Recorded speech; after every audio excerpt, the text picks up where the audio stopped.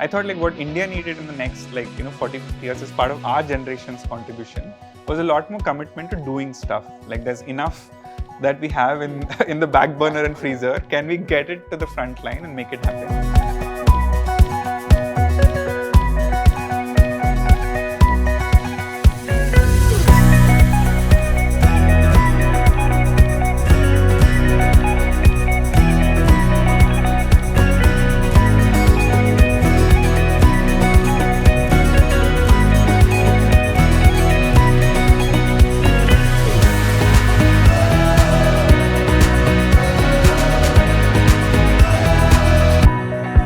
Hi, my name is Ritesh Agarwal and I lead educational initiatives work in government schools. At Educational Initiatives, we want to create a world where every child is learning with understanding.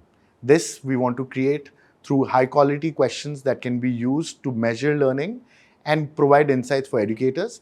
And second, using technology to improve learning with understanding. At EI Dialogues, we've been fascinated with different leaders from the education sector whom we have met. We've always thought, how can we bring these conversations to everyone?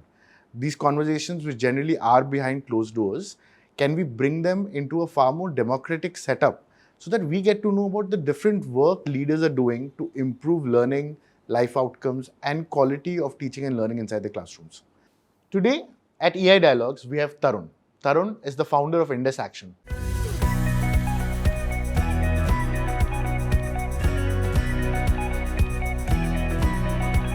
So Indus Action is an organization that bridges the gap between policy and implementation. They do this by making entitlements happen at moments that matter. So over this episode of EI Dialogues, we will learn from Tarun, what do entitlements mean? What is the difference between a policy and an act? What are the different schemes within the RTE which Tarun is focusing on with Indus Action? We'll also want to understand how has he built Indus Action? What have been the inspiration? What keeps him going? Also, at the same time, also understand about civic engagement and active citizenship. Welcome to the show, Tarun. Thank you, Ritesh, for having me here. Tarun, it's a pleasure to have you with us here. I would love to know a little bit about you and what do you do? What keeps you alive, kicking, thinking, screaming? Thank you, Ritesh, first of all, for having me and for the EI team as well. I run a non-profit called Indus Action, and we call ourselves a do tank, and that's really what keeps us alive and kicking. The idea is, can we look at India's most progressive social policies which have great potential for impact on paper, and can we actually do the stuff that is required to transform the intent of that policy into practice and achieve actually the outcomes intended on the ground. So whether it's access to education entitlements or access to healthcare like maternity entitlements or livelihood entitlements. So these have been kind of the instruments of our focus and obsession. So we've been doing this for the last 10 years, and that's been kind of my labor of love as well. Got it. So we've heard of the word think tank many times. This is the first time I'm hearing the word do tank. What does that sort of mean? So the inspiration was that I looked around trying to really understand what's the source of challenges in implementing education policy. As luck would have it, when I was doing my Teach for India fellowship, it was when the Right to Education Policy Act was passed in 2009, and I was a fellow at that point of time, and I was tasked in my particular budget private school to implement the new clauses of RTE, whether it was the comprehensive curricular evaluation or making sure that our the logistics and kind of the infrastructure was in place. Long story short, it was very tedious. We were fairly dilapidated budget private school, but interestingly had 95% attendance of teachers and students. Miraculously, the tin roof which would kind of go leaking for every rainfall, we still managed really good show up, and that was a puzzle for me. Look, this is a school which is not meeting most standards, infrastructural standards, but there's some learning happening here, and clearly it doesn't meet kind of even the pedagogical standards. There's no CC happening per se. So how is this happening? So I wanted to really kind of understand what was the thinking behind RTE, what was the basis why some of these clauses came into effect, and a lot of the thinking from an objective lens seemed very reasonable, based on what macro evidence you saw. but the macro didn't translate into the lived experience at a micro level for me. So hence began this inquiry saying that, why is there a gap between, both intents seem to be in the, right place. There is Kothari Commission's report from 66, right? So which has been kind of, being in the back burner and not really seen the light of the day in terms of the major recommendations, allocation of public monies, and what do we do with 6% of GDP in terms of human capital formation. So I thought like what India needed in the next 40, 50 years as part of our generation's contribution was a lot more commitment to doing stuff. Like there's enough that we have in, in the back burner and freezer. Can we get it to the front line and make it happen? And hence the idea of like think tank. Can we make actually doing like aspirational? And you know that you studied at the policy school at Harvard Kennedy. So for the people who are listening to this show, I would love for you to sort of just help us first understand like how different is RTE Act to like an NEP. What's the difference between like an act and a like if you could just sort of deconstruct this space for us to just understand what goes on into the whole policy jargon that people keep throwing. So if you could explain it with the help of an example of say like an RTE and NEP, what are they different about? That would be great. Yeah, NEP was one of the most beautifully written, curricular ambition. It's a guideline or it's a framework, and it's direct, it's suggestive. It doesn't have the mandate of the law, right? And education always sat in that sphere. It was a directive principle. Okay. So it was, incumbent on the state to provide those guidelines. And then because education being a concurrent subject, so, Government of India or the central government provided the framework like, now NEP, there was the National Curriculum Framework of 2005, which I was referring to. And the idea was that then states translate that and implement within their own policies. So the shift with RTE or the RTE Act was, for the first time, and of course, the thinking on this happened for many years. The committee started to think about it in 2005. It finally came into effect in 2009, was education now for the first time moved to becoming a fundamental right. And of course, there are many sections and clauses to translate this like broader intent of making sure that this is achieved, with all kind of public energies.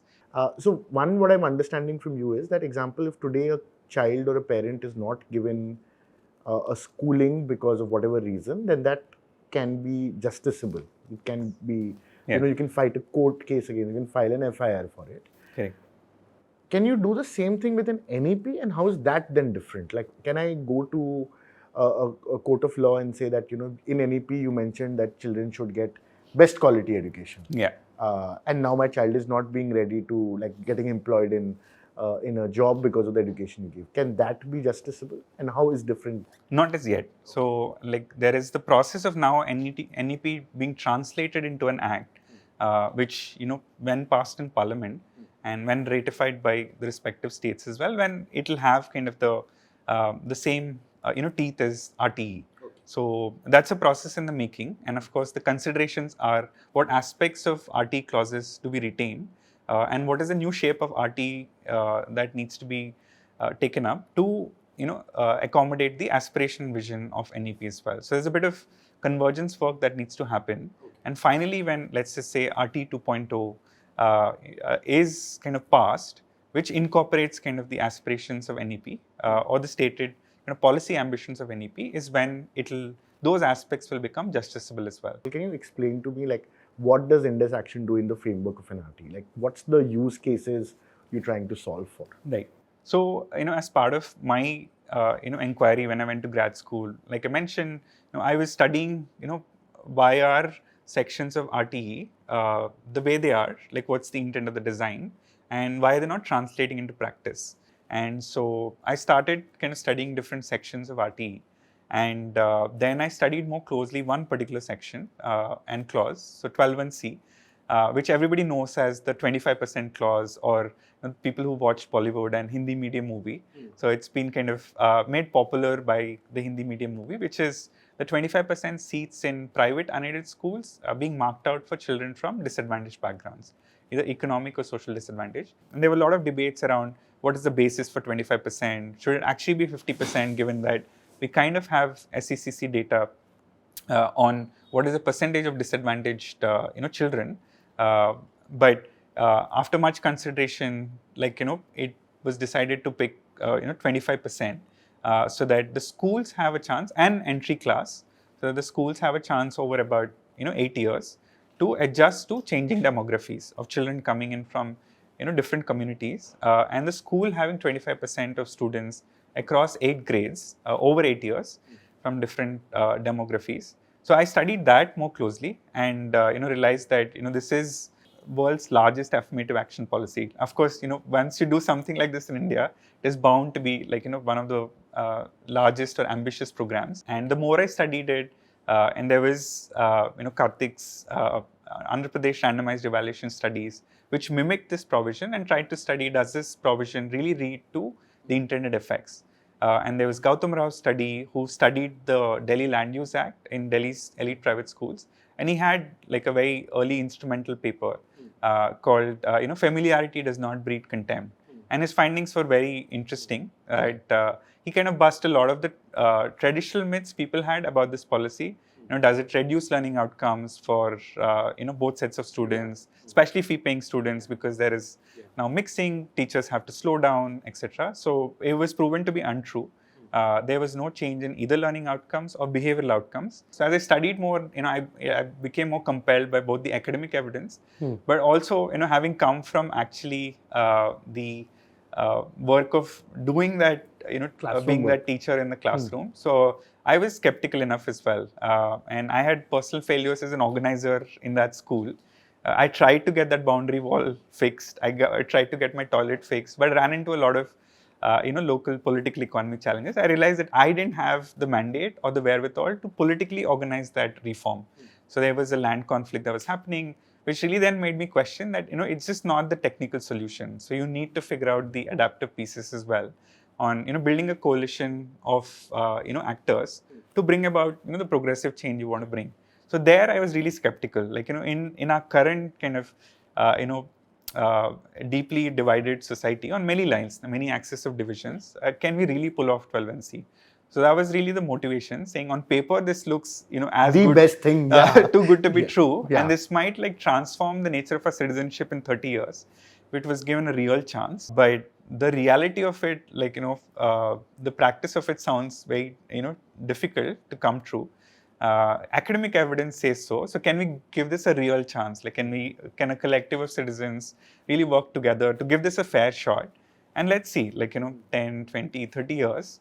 So yeah, that's the belief with which we picked this, and we said, okay, let's, if we were to really make sure that this happens at scale, 2 million kids get that fair shot, and then we see what really happens. And so that's how Indus Action started, with this particular, policy clause within RTE. I'm imagining when you're trying to tackle this challenge, you also become like this super villain for all the private schools. Did you get any threat calls saying, why are you making our lives more difficult by trying to get these garib kids into our school? You're taking away our rosy roti. Just what are the big sort of challenges that are coming in your way while you're both tackling the public-private sort of interface on this? What's the kind of backlash you're getting? And then also how you're thinking about building this rights-based organization? Yeah. No, it's a very interesting policy in the sense that, people who support it and who come in from different parts of, say, the, how we see the political spectrum, support it from, very different standpoints. Our approach always has been to not to, villainize everyone or, see, your fellow citizen as a potential, opponent or a threat. So the idea is we all have certain mental models of how this policy might work. So, there's a reason the current status quo exists. And this is at least one learning I've had from systems thinking, that the status quo, you have to believe that it's beautiful and elegant. There's a reason so many actors in the system are maintaining this equilibrium. It works for all of us, right? And if you're trying to perturb it, saying that, okay, I want to bring this progressive policy in, and it kind of obviously shakes up all of us as actors, because we have to move to a new equilibrium. We're saying, okay, at least 1 million kids every year whose default option would have been the local, say, government school, will now have a choice. They'll probably go to the school, and it affects obviously everybody then, right? So how do you manage that change and actually assure people that look, this is all in all of our best interests. On the parent side, some of the concerns are legitimate as well. Look, like, does my school really have capacity? There is not just the spectrum on various social identities, whether it's caste, class, religion, gender.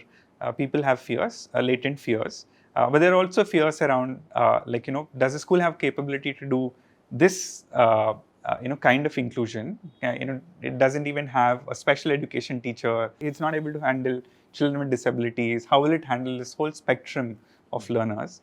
And that is a fair concern for parents. Will my child then get the necessary attention if they are having learning challenges, etc.? So that's also, once again, a fair concern from parents. And so how do you then provide the investments and support structures that are required? And there's a fair concern from teacher unions as well. What does this mean for me? Right? So if a million kids are going to go away from the Anganwadi and the public schooling system, so it means that the pupil-teacher ratio in government schools will have a year-on-year knock-on effect. Right? So that means like we'll have to rationalize our teachers into a smaller set of government schools. So what does this mean for me? Like, is that a threat to my livelihood, or is that a threat to my positionality? I teach in X village. Would I have to move to a Y village, and how distant is that? And that's a rational livelihood fear. So that's been the approach and effort. So yeah, because we kind of take this systems thinking and broadly diplomatic approach, trusting that everybody is trying to operate with good intentions. So no serious threats. So I don't get any. But yes, we get a lot of critiques saying that you're pushing privatization, or you're barking up the wrong tree. Like we got critique, which is fair. Like I said, we don't take it personally. Would you want to give hat tip to some of those schools who've done this really well? For people in this show to know across, and if you can tell us about from across India, which are some of the schools which are, like, of course you spoke about Loreto House in Shelda, but which are some of these schools which are like really following, like are the gold standard in implementing a thing like this? Yeah. So I mean, this was actually the expiration in our year one as well. The idea of this approach is what we call positive deviance. So when you're trying to solve a very complex problem, you try and look for positive deviant actors. So in this case, which are the schools that are already being socially inclusive with their existing resources. So we went on this search. We found quite a few of them in Delhi, outside Delhi, Loreto, Sialda, in Kolkata being one, Riverside in Ahmedabad, being the other one, and schools in Delhi as well, St. Mary's, for example, and Ambience. Heritage, Vasant Kunj. So we profiled some of these schools and actually unpacked what is the practices that the school leadership and the school management deploy, both very tactical, some at a management and policy level, which make their schools kind of these gold standards. So that's a study that's waiting to be refreshed. So we're looking to kind of refresh it 10 years from now and find more schools from across the country. But anybody who's interested, so it's called the Bright Spots report, where we try and chronicle some of these schools. So there's a first edition which we did in 2014, almost 10 years back. So we're hoping to go on this search once again. So Tarun, one at this stage of both the RTE Act, both of Indus Action, one is, how far are we from seeing aspirationally, say, 90% plus implementation of it? Yeah.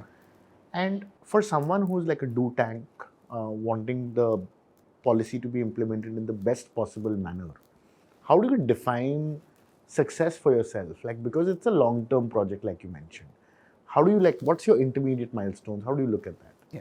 So one of the things we've learned over the last 10 years is, we're able to see patterns in data across multiple states. One of the big findings is that, though there might be 100 seats, for example, in a particular state, roughly about 40% of those seats, sometimes, even lower, 30 to 40% of the seats, have 80 to 90% of the demand. So it is not a normal distribution. So there is a Pareto skew. So there is a top, maybe 30 to 40%, what we can call maybe high quality schools, so perceived high quality. There is enough information that parents have in communities saying that, okay, these are the schools I want to pursue if I get kind of a free access. So there is that skew. So though there might be 2.5 million seats, or maybe 3 million, if all private schools come under the fold of this policy, our estimate is that about 1 million would be what would be high demand or high quality seats. And at this point, out of the 19 states which make up for almost 90% of the seats, about 12 states are implementing this, fairly rigorously, and roughly about, point 0.6, which is 6 lakh to 7 lakh seats get filled every year. The estimate or the actuals vary slightly, and during COVID they went down a little bit because a lot of parents did shift because of the COVID shock to government schools. So that's where we are. We're almost, I think, 60 to 70% of what we consider the first threshold, which is 1 million kind of high demand, high quality seats, all having kind of demand from, on paper there exists kind of demand for these seats. There's still about 6, 7 kind of large states which are yet to implement this in a rigorous manner. And what I mean by rigorous manner is, taking these seats online, giving the opportunity for these high demand, high quality seats to be freely available, and that being applied for. And so that's where we are. And so one, like a focus is, can we get this over the first threshold? So at least we have a reasonable sample of evidence, like all the 1 million, what we consider are high demand seats, that parents genuinely have a demand for. As a state and as a civil society, we're able to provide like unrestricted access. Like we're not putting intentional friction in parents realizing and children realizing their right to these seats. So there we are, I think, at about 60, 70%. And the second level after that is what is happening to the 6 to 7 lakh students who are every year pursuing these seats. So we do an annual retention survey. It's not the most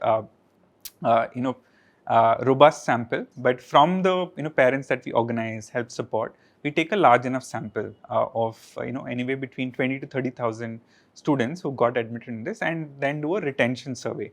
So what percentage of the students are still in the same school seat? What is their qualitative experience? All reported back by parents, of course, through phone surveys. So there are a lot of kind of methodological challenges. But with the limited resources that we have, we've tried this like as an annual and biannual process. And what we found so far is the retention rates have swung between 80 to 95%. And in some states have been upwards of 95% as well.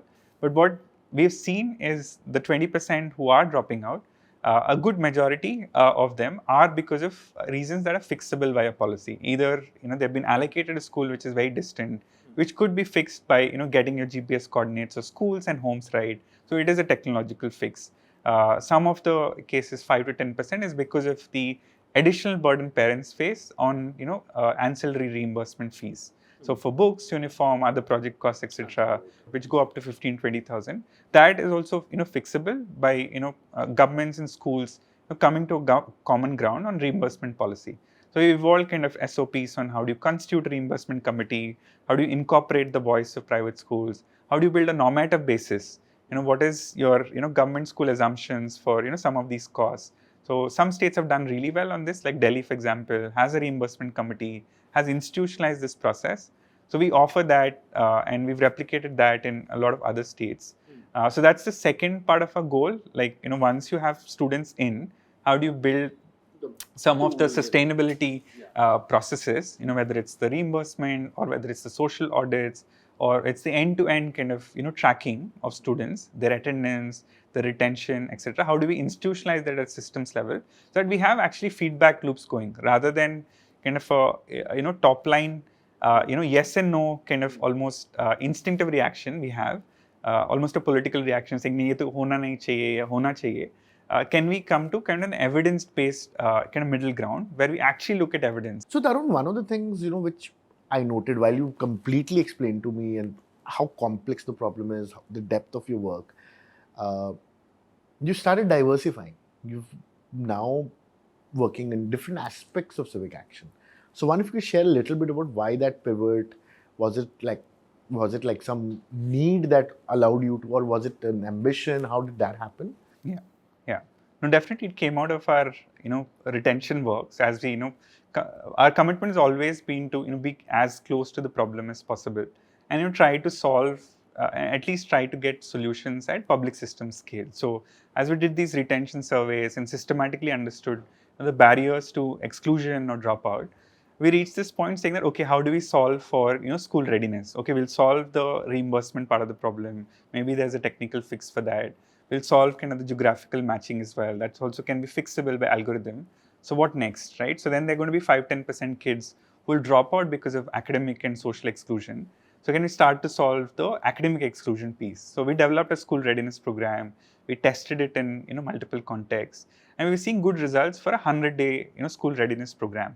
In 100 days, kids were more ready on this World Bank instrument on school readiness. But we hit this point where we realized that actually 1 in 3 students who were going through our school readiness programs were not physically ready. So they were malnourished on all parameters, and this was even in kind of some of the capitals of the states.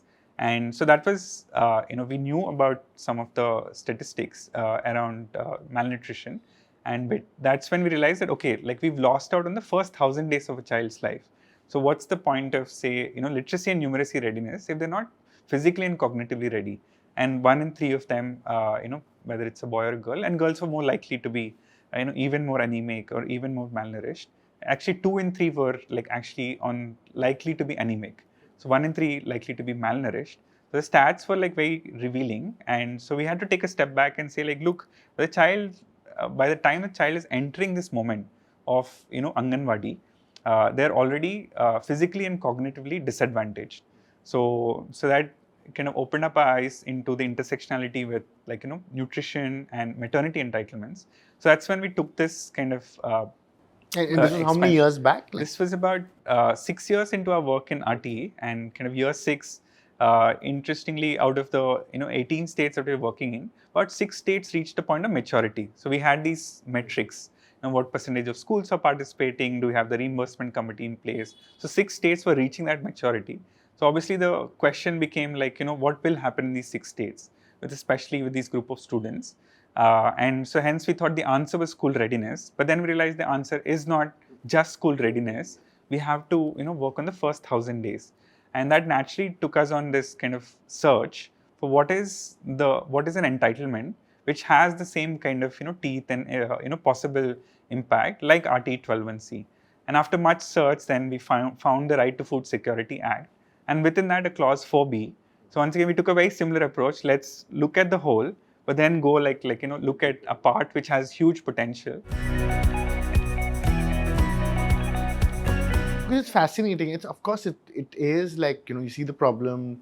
There's something you've done it before. You contextualize it, adapt it, and I think it's fascinating to see this. Now, frankly, when I'm hearing this, I'm seeing a lot of activism. I'm seeing a lot of an opportunity that exists and how can we do it. And a lot of it is to be doing it with civic action, right? Now, can you help us first understand what does civic action mean, right? Like I, signed change.org, pledges, is that civic action? I'm part of my RWA, which sort of cleans up the society every fortnight. Is that civic action? Is it civic action when we go to India Gate? Give us the spectrum of what civic action would mean like. Yeah, so civic action or active citizenship, so is any act by each of us as citizens to do something that enhances the public good. So obviously there are a set of actions that we do which enhance private good, right? So basically accumulating more private capital or investing in more capital, and that's that's something we're pursuing for social mobility for ourselves, for our families, etc. So that's private good, but there are actions we do for public good, right? So how do we segregate our waste? How do we follow traffic rules? How do we sign a petition for a cause that we care in? There is a whole spectrum, and I broadly think of this thick and thin frame. Every civic action is desirable because even the smallest of civic actions. So if I show up, let's say, at a public site, for a particular public demands. So you're giving voice to a collective public good, saying that there are a group of people at Jantar Mantar who are saying this is publicly more desirable. So you're lending your own, you're showing up in your body and spirit and your voice and saying this is more desirable. So that is kind of more the feet on the street way of showing up. And signing a petition is kind of doing it on a digital medium. So that's a thin layer. Millions of thin layers also can put the same kind of feedback or demand side kind of pressure on kind of policymakers and decision makers, saying, oh, this is what kind of the public wants. And on the thick end is obviously like really showing up in physical numbers and saying like we want this, right? And this is the reason why we want this. And there's somewhere in between, which is kind of the space like we're trying to occupy as Indus Action, which is long run. We've taken a bet saying that we believe in these set of rights and entitlements, and if we give ourselves as a society the chance to implement them really well, it will be a greater public good for the long run. We will kind of grow into a society which is more egalitarian. So we've taken that bet saying, can we give 30 years to RTE 12(1)(c)? Can we do this Food Security Act really well for pregnant and lactating mothers? Can we ensure construction workers get all their benefits? And in doing that, like there's the everyday transaction where you have a choice to say like, look, ये तो सरकार का काम है, तो उनको करना चाहिए. Or you can say like, look, let me show up as an active citizen. There is a reason why maybe the state is not able to fulfill its obligations or its mandate. So can I fill the gaps as an active citizen? What does it mean to fill the gaps? Let me understand why actually the gap exists. Where is it breaking down? Can I make a case for how the state can solve it? So that's the space we've tried to occupy, saying that like, look, let's not wait for somebody else to give us permission to solve the problem. So an active citizen takes ownership and says like, look, I want to solve this problem because I care. So Indus Action is occupying this, you could say, a bit of the quotidian and kind of technocratic space, which nobody else is, occupying. It's super inspiring because one, it's constructive. It's constructive in terms of you trying to occupy like a space which is not polarizing, in the sense there can be one only about research and thing, and there can be one only. I think it's somewhere in between, in trying to be on the side of the government as well as on the side of the people at the same time, and that's sort of really impressive.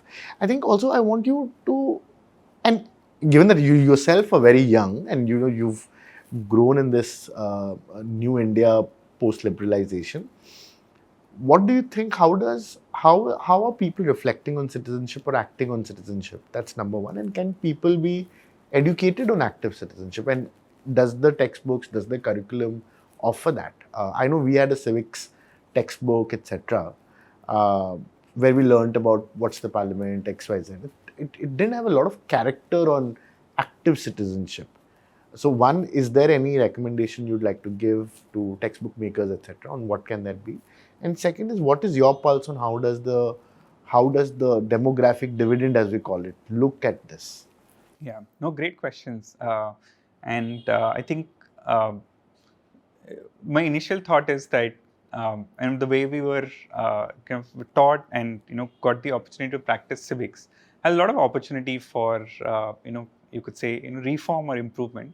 And like, there are organizations like a partner organization of ours, Reap Benefit, who's dedicated to actually cultivate active citizenship in young people right from a school age. I mean, the fundamental insight being very similar.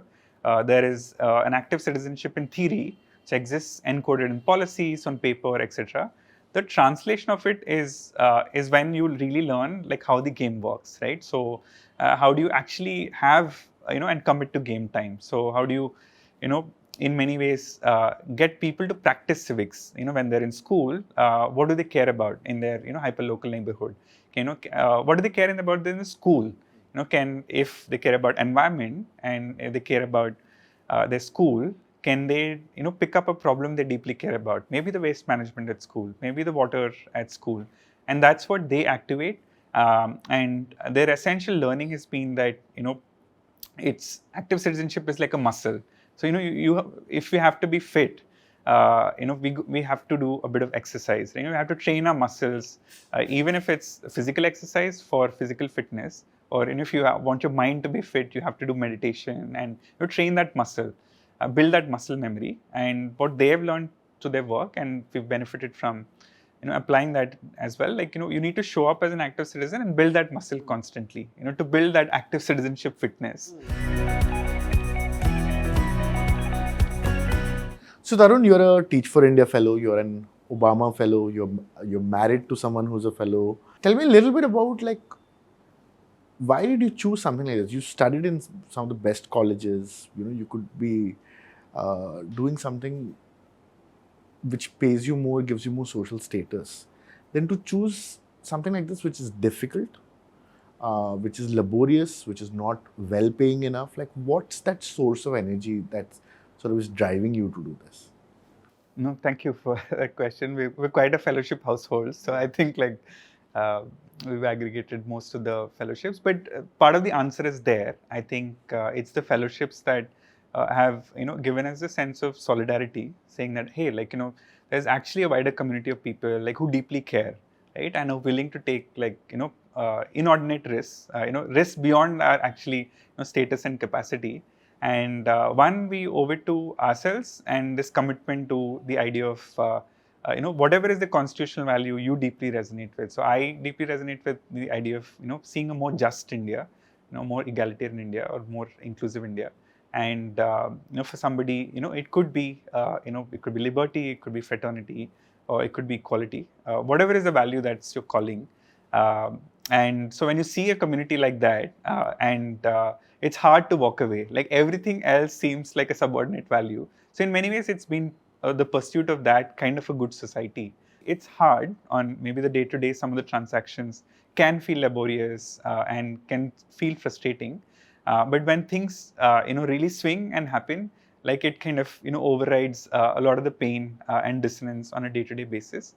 But the source of energy definitely is the community and the people we work with directly. And I have seen people with even lesser endowments. And as a community organizer, I get the benefit of working with even more, bright, sharp, capable, and people with greater leadership talents.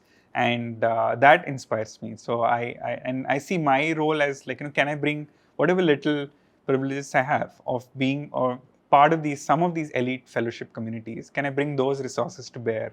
Can I bring that learning to bear and really create a space and a platform for the leaders from the most disadvantaged communities to actually take charge? And Tarun, tell me, like, one, of course, like, working for a very noble problem, working for a very difficult, wicked problem, working towards growing your organization. Like, what have been like 2 to 3 tools or tips or mantras or songs that have helped you in this whole period? Yeah.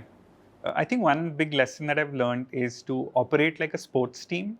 The mission itself could be grand and noble, and that could be kind of the guiding source of energy. But it's very difficult to sustain that fire on a day-to-day basis, right? So, and we're all not Martin Luther King or like Mahatma Gandhi, and to tap into that source of energy.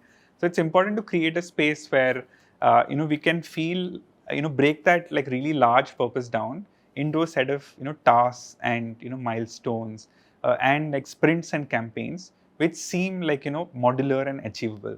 So we work on kind of a 6-week sprints and like 100-day basis and so that breakdown and building strategic clarity at that kind of level, like in 6 weeks, like how can we go from point X to Y, where at point Y we feel like we've made progress, we feel successful, and we feel some momentum. So that's really the job of leadership, to be able to break that grand idea and grand purpose. And once in a while, you will achieve remnants of that grand purpose. You'll maybe achieve a big legislation win, or you'll break through in a big state. You'll get that big commitment from, say, either the courts or the state itself, or you'll achieve like large-scale impact.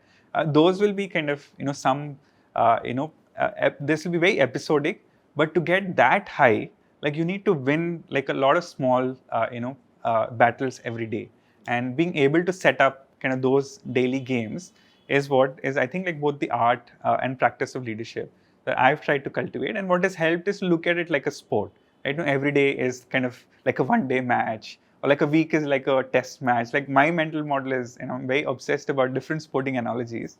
So I learn a lot from sport and apply that to how to run teams. So we call ourselves what is called a deliberately developmental organization. So it's this philosophy of how you approach learning and adult development. So if you focus on the aspect of every adult in the organization showing up as their full selves, they're not putting a part of themselves at home and bringing kind of a particular self to work. Can they bring their whole selves? And then we're all in this together to grow as adults, right? Adults seek development as well. So can we create a space where we use the mission as the platform or instrument to pursue kind of adult development. So that's been the philosophical effort. We translate that into obviously core competencies, operating principles, and that becomes the framework around which we negotiate our daily, weekly, and 6-week sprint actions. How do you see yourself evolving as a leader over the next 10 years? I personally have been inspired by Albert Hirschman's "Small is Beautiful." So in many ways, I think like our idea of success is not to be a $1 billion NGO or have a certain scale in terms of people. So I think we're very committed to being small and agile and innovative. So I think there is a particular group size at which you can drive innovation really fast. It could be 30 to 50 people is what is kind of our intuition and belief and my strong experience. And we want to retain that sports team size. And the idea is this team to really push the edge on innovation. So our mandate is that we believe that the market has enough capital and the state has enough capital to borrow should the situation really demand. And we've seen this in COVID as well. And the state has also infinite, almost significant, capacity for scale. So we should really not be, running after either the financial capital or kind of the human capital in terms of absolute numbers. But what both kind of risk capital and kind of the state lack is the cutting edge on what is the next innovative solution.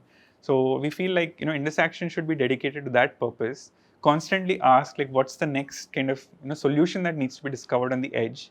The state is able to achieve at a public systems level, for example, 6 lakh students or 1 million pregnant lactating mothers getting benefits. What does it take to go from 6 lakh to 10 lakhs, first million? What does it take to retain all those 1 million kids every year? And what does it take to go from 1 million pregnant lactating mothers to 15 million out of the 25 million? So those are the marginal kind of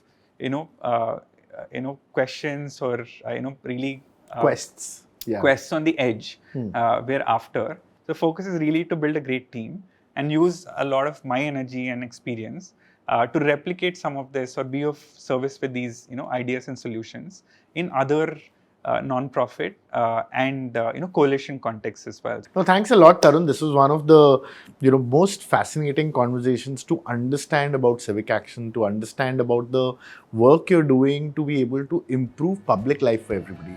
We're lucky to have you. Thank you for coming to EI Dialogues, and it was a pleasure knowing you. Thank you for having me. Thank you.